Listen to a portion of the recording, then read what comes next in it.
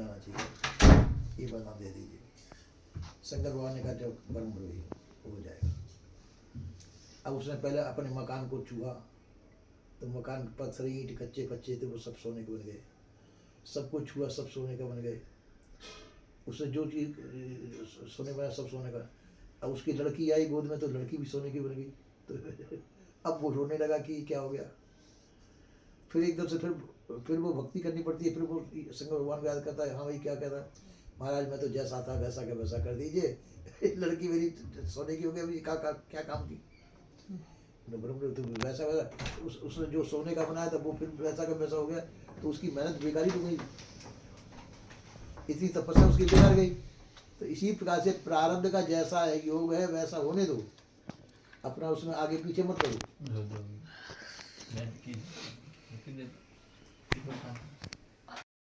इसलिए जो है सब तरह से समझो कि जो कुछ हो रहा है, जो हो जैसे होना चाहिए वैसे हो रहा है। अपने करने से कुछ करेंगे अपन तो हानि अपनी है। तो हानि आपकी चिंता छोड़ करके कहते जो हो रहा सो वो नहीं। तुम्हारा कुछ नहीं है, तुम्हारे लिए भी कुछ नहीं है। संसार की चीज संसार में रहेगी, अपने तो पल्ला झाड़ दो, हमारा कुछ नहीं, हम तो बिल्कुल फ्री है सबसे। क्योंकि कर्ज हो रहा है, कर्ज संसार का है। कर्ज हो रहा है तो किसका है? संसार का। मान लो तुम्हें रुपया पैसे का जो भी कुछ कर जाए संसार के ही तो, संसार के लिए तो किया तुमने, तो संसार में ही रहेगा। तो संसार की चीज संसार में छूट जाएगी। अब तुम मुक्त हो जाओ मेरे तो मुक्त स्थिति में तो झाड़ पल्ला चल दोगे तो कर्ज भी यही छूटेगा, शरीर भी यही छूटेगा, सब संस्कार यही छूट जाएंगे। तुम कर्ज के संस्कार देंगे तो वो जाएंगे, अगले जन्म तक जाएंगे। अगले जन्म तक तुम्हारा पीछे करेंगे वो, तो मुक्त नहीं हो पाए। इसलिए हमारी जो भी कर्म है, कर्म संस्कार हमारे अंतःकरण हमारे मस्तिष्क में भरे होते हैं, और ये इसी का जो है कई जन्म हमारे हो जाते हैं। गाय भैंस घोड़ा गधा उठ जाते, किस किस का नहीं जाते हैं। अगर ज्ञान बोध विचार के द्वारा यहाँ के संस्कार यही खत्म कर दें तो सब संस्कार यहीं के यहीं छूट जाएंगे, आगे हम मुक्त हो जाएंगे संस्कारों से, जन्म भी नहीं लेने पड़ेंगे। तो इसलिए सभी प्रकार की चिंता फिक्र को छोड़ देना चाहिए। चिंता फिक्र निष्फिक्र निश्चिंत हो जाना चाहिए। या निश्चिंत निष्फिक्र हो जाएंगे तो सब आपदा खत्म। परमा देवी देवता भूत प्रेत सभी छोड़ देने पड़ेंगे, पत्थर पीतल पूजा सभी छोड़ देनी पड़ेगी, तो छूट सकते सबसे। और कहेंगे नहीं ये मेरे हैं, ये तो मेरे औत है, ये मेरे पितर है, इनको पूजना जरूरी है, ये है वो सब बनेंगे। फिर जहां तुमने कहा ये मेरा, तो अच्छा तुमने अपना माना तो बुरा भी तुम्हारा हक में आएगा। अच्छे को तुमने अपनाया तो बुरा भी, तो यदि छोड़ना है अच्छे को छोड़ो, बुरे को भी छोड़ो। तुम्हारे भाई लोहा लंगड़ पड़ा है, सोना भी पड़ा है कोने में, तो आप कहेंगे चलो अब चलना है आगे, तो लोहे लंगड़ को तो छोड़ो, तो सोना भी लेके नहीं जाने देगा कोई। और तुम कहोगे सोने को ले चले तो लोहा लंगड़ नहीं जाएगा। गुरु गोरखनाथ मच्छिंद्रनाथ को छुड़ा के सिंगल द्वीप से चले तो राजा बन गए थे मच्छिंद्रनाथ, तो वहां से चले तो देखे उन्होंने कहा चलो एक सोने की ईंट तो अपनी झोली में डाल लेते हैं, रास्ते में काम देगी। और मच्छिंद्रनाथ गुरु थे गुरुनाथ के, तो अब इतना मोह ममता आसक्ति फंसी थी, ये उसमें फंस करके माया में फंस गए। चलो ये सोने की ईंट काम में देगी, तो जगह लेके चल दिए। तो झोली चेले को पकड़ा दी गुरुनाथ के। गुरुनाथ धीरे धीरे चलने लगे, तो कहा अरे चेलाराम कैसे धीरे धीरे चल, जल्दी चल बच्चा। तो गुरु जी मुझे डर लगता है, भय लगता है। भय को डाल कुएं में, तो ईंट कुएं में डाल दिया। आगे कहा के अच्छा गोरख वो झोली देना, थोड़ा झोली दी गई, इसमें कुछ रखा था, वो कहा वो आपने कहा गोरख में कुएं में डाल दी। तो बड़े दुखी, कह तो कुछ नहीं पाए गोरख से। फिर उन्होंने जो गोरखनाथ ने ऊपर चट्टान थी पत्थर की, तो पत्थर की चट्टान पे पेशाब कर दिया, वो पूरी चट्टान की चट्टान सोने की हो गई। गुरु जी जितना सोना चाहिए उसको उठा लीजिए। तो चलो कोई कोई बात नहीं, जिसके चेले ऐसे हुए हों जो पेशाब करके पत्थर को सोना बना देते हों, उस गुरु गुरु को काई बात की चिंता है। क्योंकि चेले में इतनी शक्ति हो जाए, है ना, तो अब मुझे किसी बात की चिंता नहीं, तुम समर्थ हो गए बेटा। तो मचंद्र नाथ के शिष्य थे, मचंद्र नाथ भी अच्छे वो थे, सिद्ध पुरुष थे, पर वो गृहस्थी में फंस गए थे सिंगल द्वीप में। तो सिंगल द्वीप में गृहस्थी में फंसने की वजह से वो गिर गए थे, मतलब शक्ति से। और गुरु गोरखनाथ त्यागी वैराग्यमान रहे, तो अपने गुरु को भी गृहस्थी से छुड़ा करके लाए। फिर जाकर वहां पे जो उनकी संतान पैदा हुई थी मचंद्र नाथ की, उसको मारा पहले, और सब पूरे उसमें आग लगाई उनके महलों में। फिर रोने लगी रानी कि गोरखनाथ इसने बेचारे ने तेरे को क्या बिगाड़ा था, इसने तेरे मार दिया। रोने लगी वो। एक गुरु भी कहने लगा इतने ही इतनी हत्या कर दी तेने, क्या इतना पाप किया तेने आकर के, तू मेरा चेला हुआ है। तो गुरु जी मैं चेला अब भी हूँ, आप इस सबको छोड़ के चल दो, मैं इसको भी मैं जिंदा कर दूंगा, पर मेरे साथ चलना पड़ेगा। अच्छा चलूंगा तेरे साथ, अब तो चल। बट उन्होंने जिंदा कर दिया, वो तो उनकी माया थी उनको दिखा करके, तो उसको जिंदा कर दिया। अब गुरु जी चलिए, और वो गुरु की पत्नी थी, उससे क्या माफी मांग ले कि जो कष्ट पहुंचा मेरे द्वारा वो क्षमा मांगता हूँ, अब मैं गुरु जी में साथ लेके जा रहा हूँ। इस प्रकार से छुड़ा के लाए गुरु जी को गोरखनाथ। इसमें कल्पना है, कल्पित कहानी समझाने के लिए कही है। कहानी उनकी इसी प्रकार से है।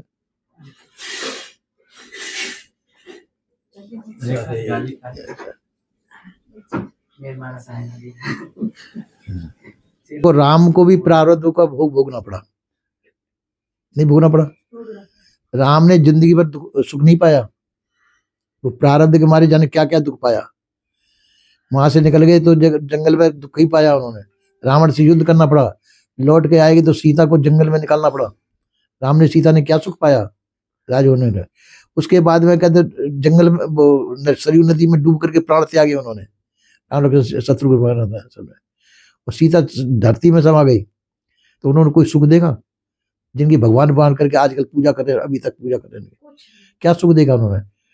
तो उनके बराबर दुख आप लोगों ने से झेला है क्या? जिनकी पूजा कर रहे हैं उनके बराबर दुख नहीं झेला अभी तक, और फिर भी हम उनकी पूजा कर रहे हैं, उनके बराबर दुख नहीं देखा। फिर इसी प्रकार से कृष्ण ने भी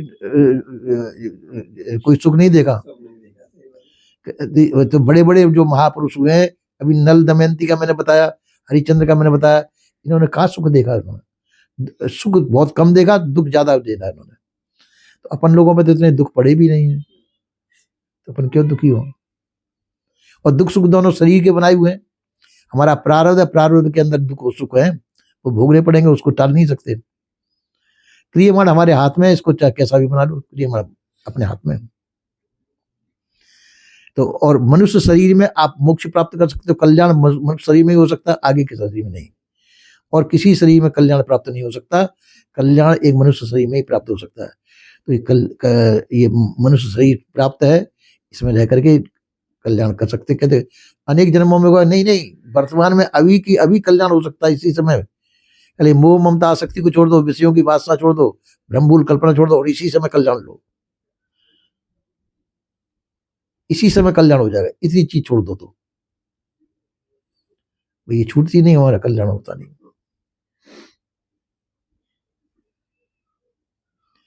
अब ये तुमको चिंता हो रही है, काय के लिए हो रही है?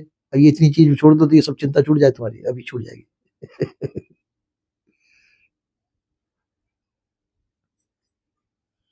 संसार में रहेगी, संसार का मोह त्याग दो, भ्रम त्याग दो, और मोह त्याग दो, तो सब संसार की चिंता फिक्र से दूर हो जाओगे तुम, भ्रम से दूर।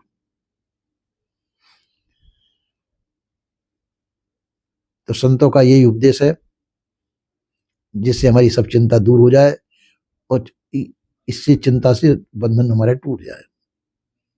चिंता किसकी? संसार की तो चिंता है। जो चिंता संसार, और संसार अपना है ही नहीं तो काहे की चिंता है? संसार अपना नहीं तो चिंता कैसे? चिंता संसार की है। और संसार से मोह ममता आसक्ति हटा लो, भ्रम हटा लो तो सब चीज छूट गई। इसी प्रकार से हमको चाहिए मोह रहित हो जाना चाहिए। संसार में रहो, बस संसार में रहते हुए अपने को संसार में मत मारो। संसार के साथ में, शरीर के साथ में संसार है, जैसा होगा जैसा होगा। अभी अपन क्यों उसकी चिंता फर्क फंसा?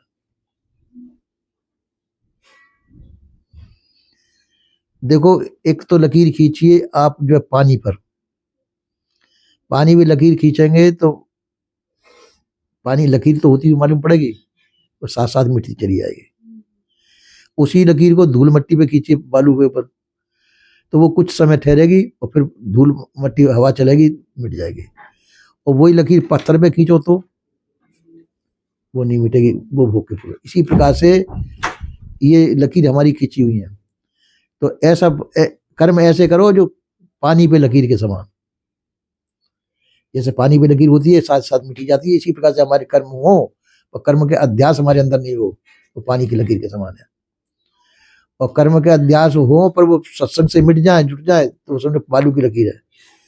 और सत्संग का भी प्रभाव हमारे पर नहीं गिरे और वो हमारे अंदर अमिट हो जाए तो वो भोगने में पूरा होगा, तो वो मनुष्य वो फिर भोग के पूरा होगा, उसको फिर भोगना पड़ेगा। तो सत्संगी का मतलब है ऐसी ऐसी कर्म करो जिसका कर्म अध्यास हमारे अंदर अंकित नहीं हो। संसार की चीज संसार में छूट जाए तो हम बिल्कुल निष्फिक्र निश्चिंत होकर के सही छूटे, जब तक बिल्कुल सफाया कर दें सबको, तो हम निष्फिक्र निश्चिंत हो सकते हैं। और संसार को पकड़े रहेंगे, मेरा वो बिगड़ रहा है, मेरा वो हो रहा है, मेरा ये बन रहा है, वो बन रहा है, तो हम संसार हम अपने अंदर लेके जाएंगे। तो ये मानिंदी हटा देनी चाहिए, संसार किसी का नहीं है।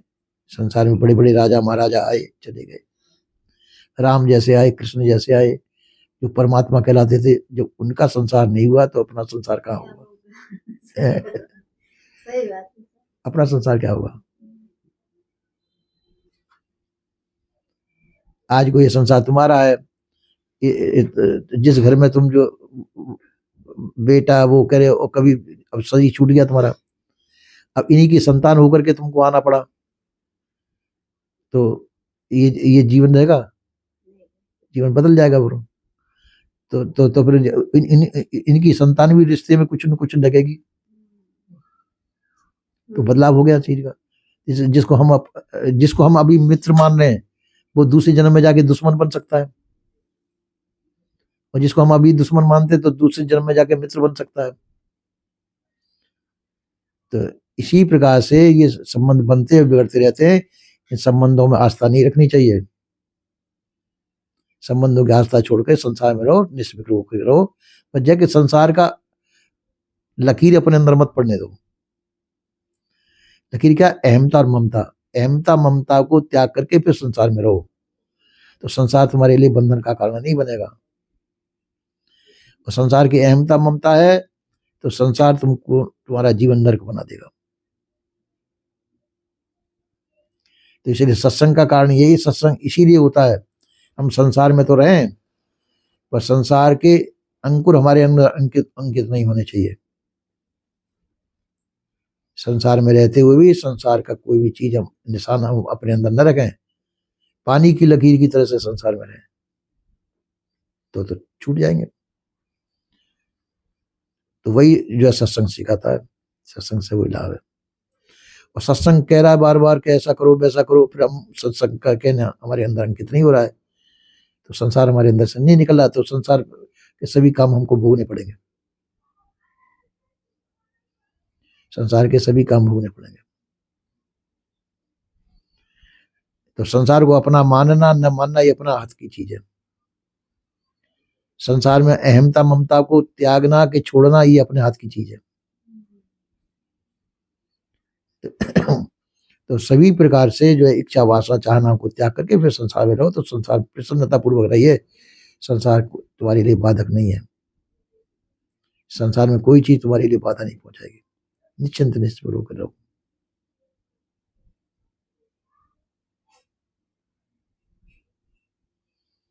समय